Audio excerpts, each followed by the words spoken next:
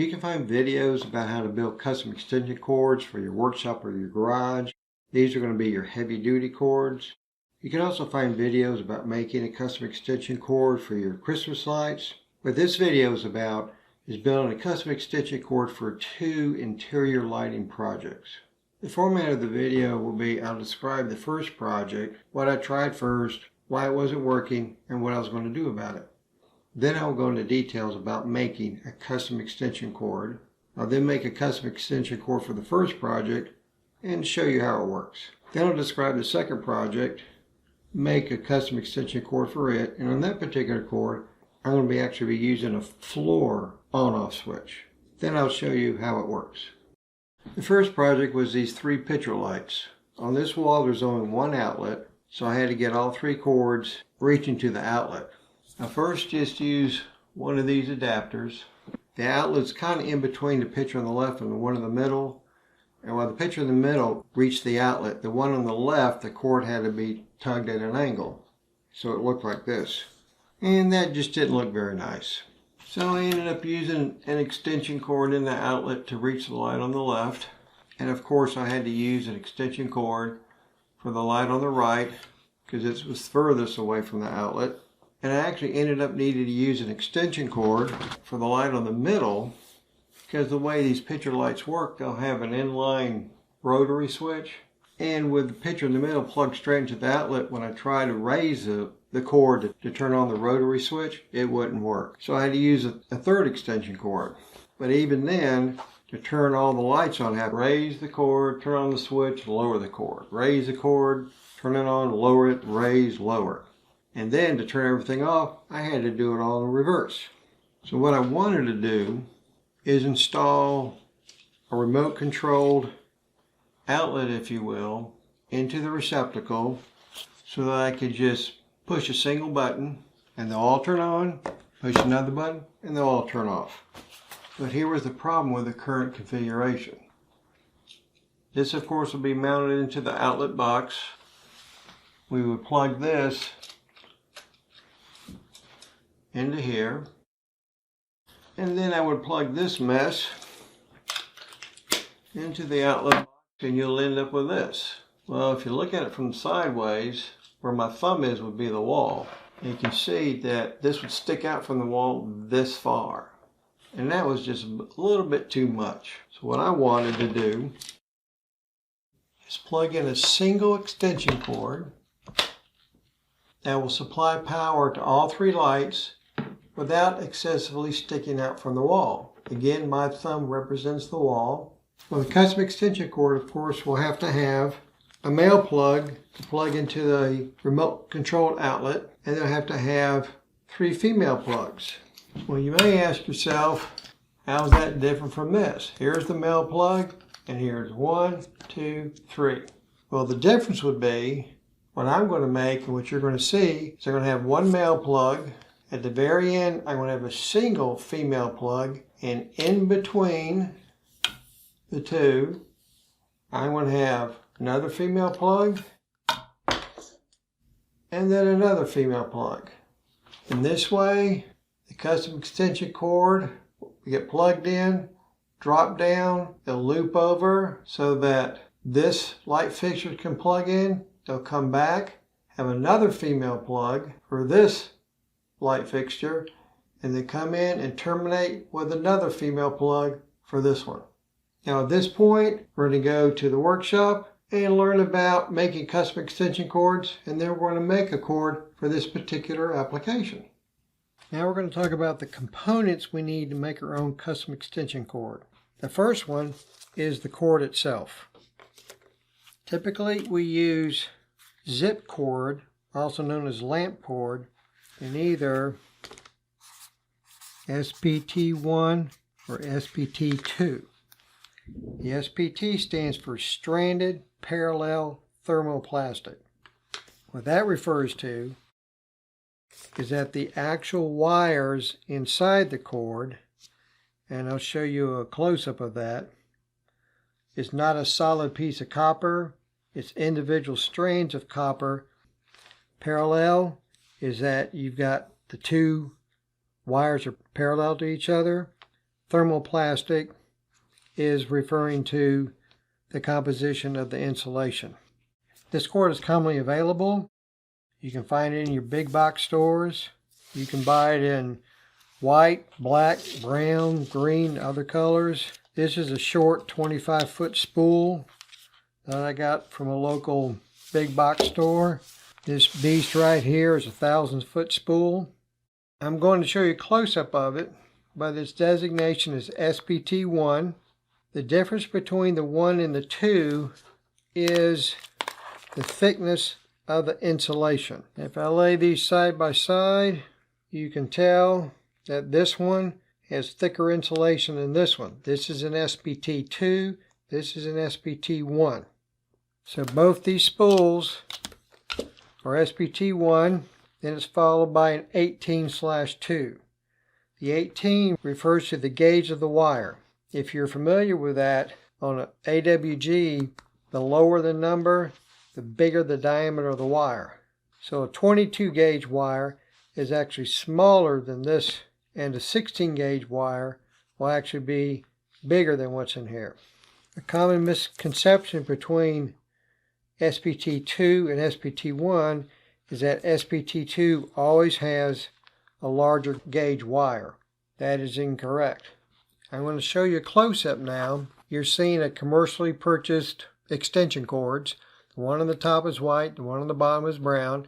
They are both SPT2. The white extension cord is 18/2. That means the wire inside is 18 gauge and it's 2 wires. The bottom wire is also SPT2, but it's 16/2. So the wire inside the brown one is 16 gauge. So since it's a lower number, it's a bigger diameter wire.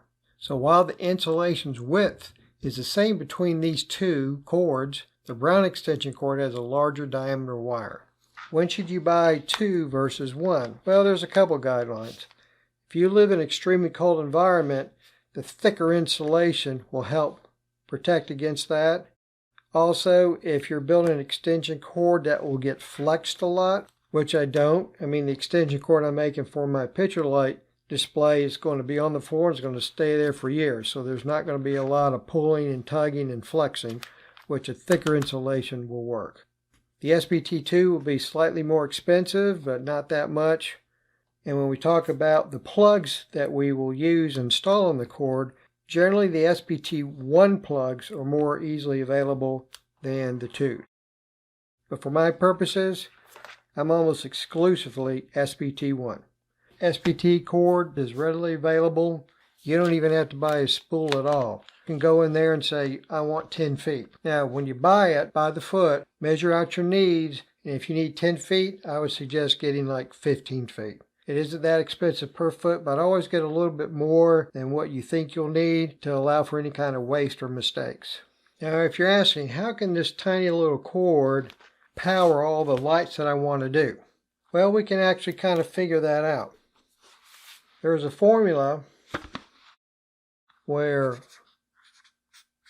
watts equals amps times volts. And I want to show you a close-up of this orange tag, but it has some important information. It says that this is rated for 120 volts and it's rated for 10 amps. So 1200. 1200 watts is what it is rated for. And if you have 100 watt incandescent bulbs, that means this tiny little cord can handle powering up to 12 of those bulbs. Now, on my picture light display, there's 4 bulbs, each is 25 watts. So that's equivalent to one 100 watt bulb. So I'm well within the capacity of this cord. Now let's talk about some standard convention when dealing with outlets, receptacles, and plugs. This is a standard outlet you'll find in your home. This opening here is for the ground. Then we have 2 slots. We have a short one and a long one. By convention, the short one is always the hot wire and the longer one is always the neutral wire. Now let's talk about why sometimes you'll see a plug where the prongs are the same size, and sometimes you'll see where one is wider than the other. This plug is non-polarized. It means it doesn't care whether it's plugged in this way or this way. It will work just fine. It's not a safety hazard. This plug is polarized.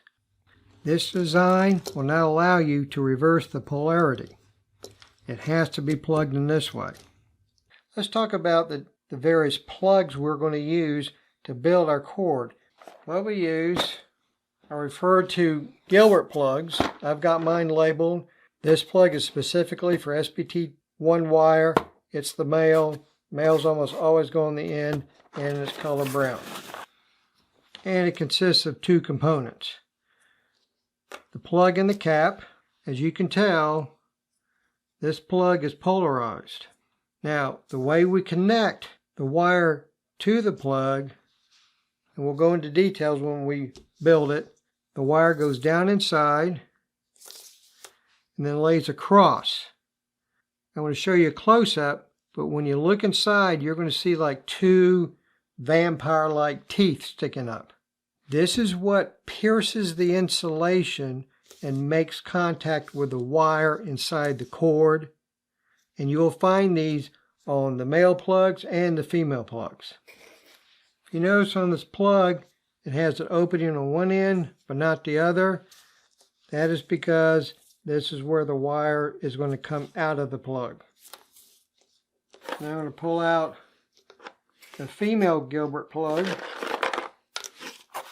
As you can tell, it's got one opening longer than the other. This is like the male plug, this is a polarized plug. The short one's going to be the hot. It needs to be the hot. It isn't automatic. As you build this, you can screw it up and you can reverse the polarity. You don't want to do that. So when you put it all together, you got to keep the polarity the same. Short one should be hot, long one should be neutral. It has vampire teeth. Just like the male plug, one end is open, the other is closed. I call this the end plug because it's the female plug that goes at the end, just like the male goes at the end the vast majority of the time. This is also a female plug, and it's polarized. The difference between this one and this one, it has an opening on both sides. This is meant to be an inline plug. In other words, it goes not at the end, but within the line. And when you use it, it'll look something like this. I intentionally used a different colored zip cord here to help it stand out. Now, if you remember, on the picture light project, I had 3 light fixtures. This takes care of the one at the end, which will be the one on the right. This one will take care of the one on the left side. And then we will need another female inline plug that will go something like this. And then I can plug in the picture lights. The one on the left will go here, one in the middle goes here, one at the end goes here. Now you may be asking yourself, what are these 2 little tabs sticking out here for? What do they do? Well, what they do is to help prevent you from making a mistake. This cord, it's not grounded. So if you try to plug something in that is grounded, it cannot go in. And that's a good thing. When measuring how much zip cord you need for making your custom extension cord, you'll need more than just one measurement. In this case, I've got my 3 picture lights. That's the outlet. The male plug will go here. I need the measurement that goes down and over to the plug for this cord. And that's where a female inline plug will go. And I'm going to call this distance A. Then the cord's going to come back, and here we're going to have another female inline plug. I'm going to call that distance B. And then we'll have this distance. We'll have the end female plug here. I'm going to call this C. So the total length of zip cord I need is A plus B plus C. Now why do I need A and B? The reason I need A and B is so I know where to put the two inline plugs. What you will need to install the plugs, of course, is the zip cord, the plug and its cap, plus a pair of wire cutters. And to insert the cap onto the plug, I just use a rubber mallet. Some people use your channel lock pliers to put it on. I kind of prefer the hammer myself. Now, to understand how it works, I want to show you a close-up. When you look inside, you'll see a divider down inside. You actually see it on both ends, but for this plug, we're only interested in the divider at the closed end.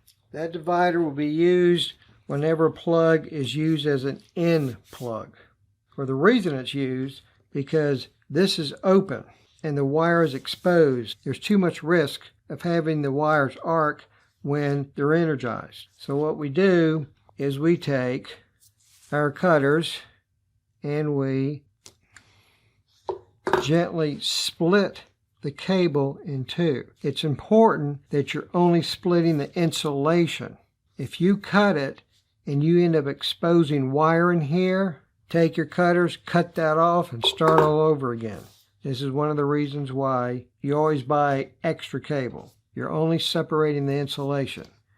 And then what we do at the closed end, we insert it so that the wire is separated. Now, I can't see if it's down far enough, so what I do is I just take my thumb, run it to the end, keep it there, pull it out, put it on top, and if the wire only goes down to here, I know I haven't pushed it in far enough.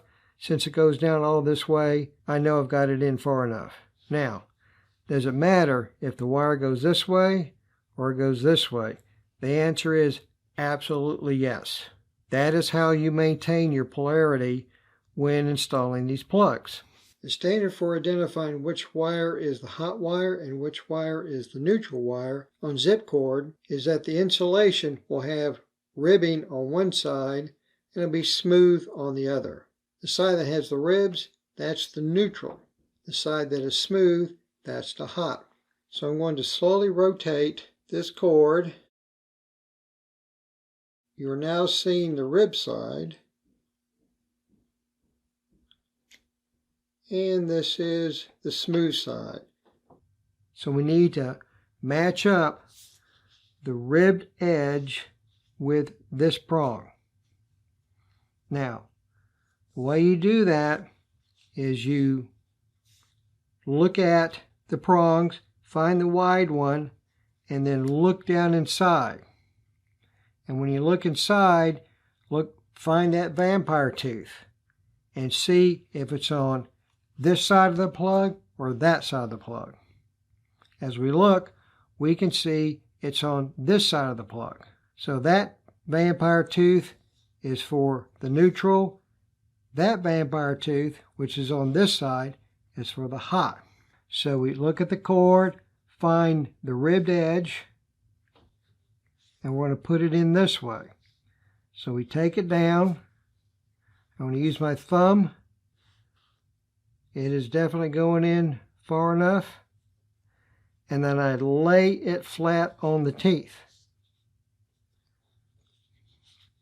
And then I start the cap. Now the cap will have an end tab on one end and it'll be open on the other.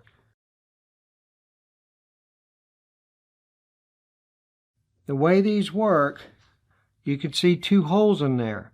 This is where the vampire teeth has punctured the insulation and has made contact with the wiring. That's how these plugs work. Now, what I need to do is finish pushing this on.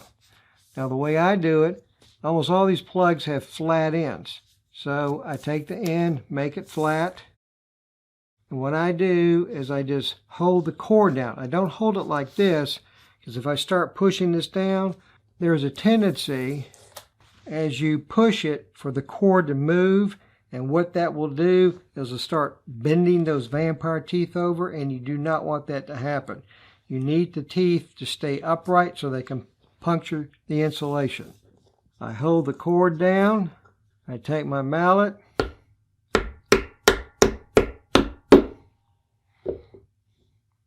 and there, I've got my male plug installed. Now, regardless of how long the cord is, regardless of how many inline plugs I have to do, once I install the male, the very next thing I do is install the female end plug. Now, why do I do that? I do it for safety reasons. Let's say I do this, and then I decide to take a lunch break, and somebody in my household comes around, finds this, and plugs it in. Well, guess what? What the other end of that cord is. It's wide open. They can seriously hurt themselves. If this were plugged in and you touch that, you will be shocked. Again, we take our wire cutters and we split the insulation.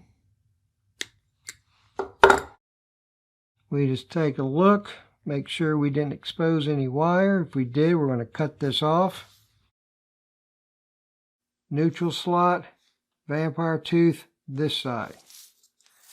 So I want to take my cord, find the ribbed edge, make sure it goes all the way in. That's going all the way in. Lay it flat, find the opening end of the cap, insert it. I lay it flat, hold it down so the cord doesn't move.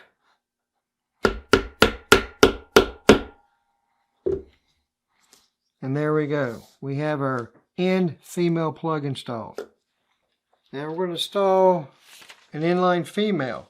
Well, where on the cord did we do that? Well, that's where this comes in handy. We've installed the male, so we can just take distance A, and that's where the first female goes. Then once it's installed, measuring from this female plug, you measure down distance B, and that's where the second female plug goes. I find the wide opening, find its tooth, it's on this side. I want to double check. That's the wide, that's the tooth. I want the rib side on this side because the ribbed is the neutral. This is inline, so there is no pushing the wire, there's no dividing the wire. Now, if you look at the side, you can see there's a little stop there, so obviously the cap does not go on this way. It needs to come on this way.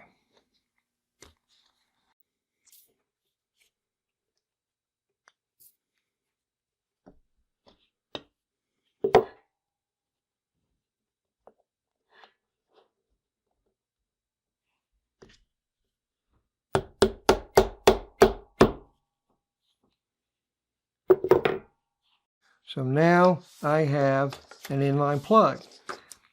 Now I'm not going to show you installing the second one because it's the same as this one. What I'm going to do next is run a test on the cord to make sure that it works and to make sure that I have not reversed the polarity of any of the plugs. So let me go ahead and plug this in. Now I've got a no contact voltage tester. It tests the presence of live current. The edge of the cord that's smooth should be the hot. Ribbed edge is going to be the neutral. So coming out of this plug, I've got the polarity correct. I'm going to go to this inline female. This is the large opening. That should be neutral. The small opening should be the hot. So I don't want to hear anything here. But on here, I should hear something. So that plug is correctly polarized. Last plug, that's the neutral. I'm going to test it. All right, so all the plugs have been tested for the correct polarity. Now that I've got the cord built, let's take it back up to the room and install it. We're back from the workshop. We have our extension cord. You can see that it's plugged into the remote control outlet. You can see how it comes to the bottom of the video where the picture on the left is plugged in, then it loops back, and then the middle picture is plugged in to the other inline plug, and then the extension cord goes to the third picture and terminates with the female plug. Now this is a close-up of how it works. You're going to see I've got the remote, and when I push the on button, and then you're going to see the little light come on the outlet, which tells us that it is now supplying power to the cord. At this point, let's take a look at it in operation. I've got the remote control. I'm going to press the on button and the off button.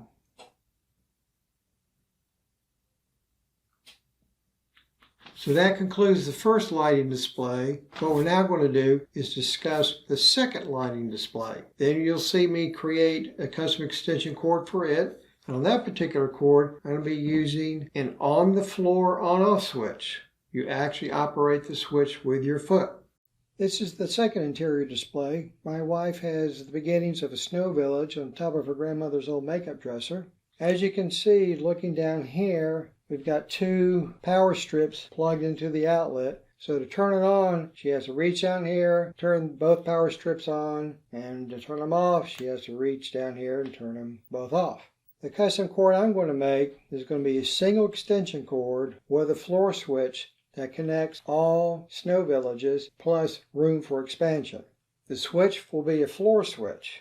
So the switch will actually be on the floor, and she just has to press it with her foot to turn them on and turn it off. The cord essentially will run from the outlet down past this leg here, come forward. I'll probably have the switch somewhere in here. Then I'll go back to the back corner of the dresser, and then this run along the wall to the other side. And the section that runs along the wall, that's where I'm going to put all the female plugs.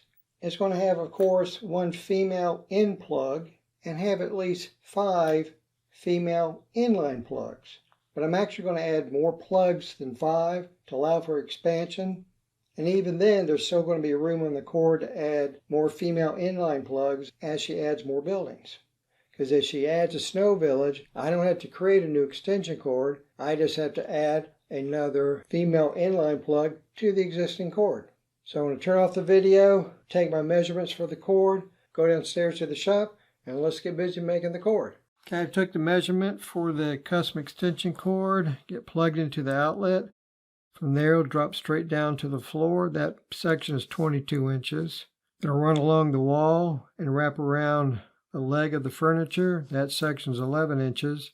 It'll come forward to the front of the furniture where the push button floor switch will be. That's 17 inches. It'll run back to the wall for 21 inches. And then once it hits the wall, all along the back of that furniture is 50 inches. Now the only measurements for the female plugs I was interested in is where it would start. I didn't really need to measure where each individual building would be. So what I did was I just arbitrarily picked 5 inches, and every 5 inches I would put one on, and of course I had one at the end. The only thing I want to show here is installing the push button floor switch. But before I do that, let me show you the cord. Here's the actual cord, and where this blue tape, that is where the push button floor switch will go. Now currently she has 6 buildings, but I went ahead and just added 8 plugs. There's even more room for expansion. She gets more. I could put a couple in here. I could put some in here. These are the most 2 popular styles of push button floor switches. My personal favorite is this one, so that's the one we'll be using. What I'm going to be doing in this video is really a high-level assembly of this switch. I have a much more detailed video that explains both the pros and cons between this switch and this style, and how to wire either one in much more detail than I'm going to go into this video. At a high level, we take our lamp wire and we cut it a split right down the middle so we can separate the hot wire from the neutral. And then we take the hot and we cut it. And because of how this works, we would actually cut off a little bit more wire from here. Then we would strip the ends to expose the wire inside. And then what I like to do, and again I describe this in much more detail in my other video, I like to put on non-insulated wire ferrules on each end, and then we install the wire into the switch like this. And then we install the wire and the switch into the base. And the reason I'm using white colored lamp wire is just so you can see how this wire works. So it ends up looking like that. Then we put on the spring. I like to put on the button. Find the little notches that line up with the wire. Should press on. Make sure that the cable's not pinched. And then there'll be 4 screws that we use to attach the base to the cap. And what I'm going to do now is go ahead and install the switch on the actual cable and show you how I test it and make sure it works. So I've got the cord plugged in, got a voltage tester. The male plug is on that end, so the power should be coming this way. Whether it comes this way or not depends on the switch. So this should be hot. This side should be neutral. This is the neutral. This is the hot. Nothing's registering, which means the switch has the power off. The hot. We have current, neutral. We don't. The switch is working, it controls current, and I have it properly polarized. At this point, let's take it upstairs and get everything set up. The cord is complete. I just put on the carpet in front of the furniture so you can get a general idea of how it's going to be laid out. That, of course, is the male plug. It loops to push button floor switch. Then it loops over to all the inline female plugs and terminates with the in female plug. So what I will do now is actually set it up and we'll see it in operation. Alright, everything's hooked up. There's the floor switch right there. Let's see how well it works. Alright, that seems to work really well. If you notice the way I pushed it, I put my heel down in front of the switch and then I slowly lowered my foot and then I slowly raised it. You don't want to stomp on the switch like you're trying to put out a cigarette or something. Now I want to show you a different placement of the floor switch. Just because it's a floor switch doesn't mean it has to be on the floor. In this setup, I've got the switch actually on top of the furniture hidden behind one of the buildings. And this way, you can turn it on and off with your hands. Now you might be thinking, well, if you put it on the furniture, I could do the same thing with a simple rotary switch. Well, in a rotary switch, you typically have to pick it up, rotate the dials, and put it down. With a floor switch, you don't have to pick up anything. Push the button, comes on, push it again, it comes off.